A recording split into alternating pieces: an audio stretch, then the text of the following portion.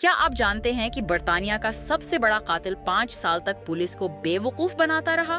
Peter Sutcliffe ने शमाली England में 13 ख्वातीन को कत्ल किया, जबकि पुलिस एक झूठे शख्स के पीछे भागती रही।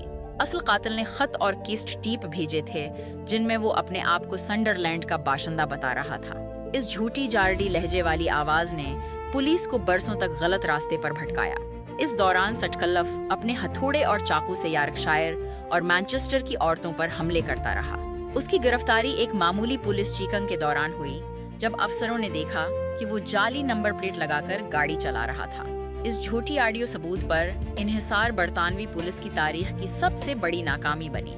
बाद में झूठा कॉल करने वाले को भी जेल भेज दिया गया।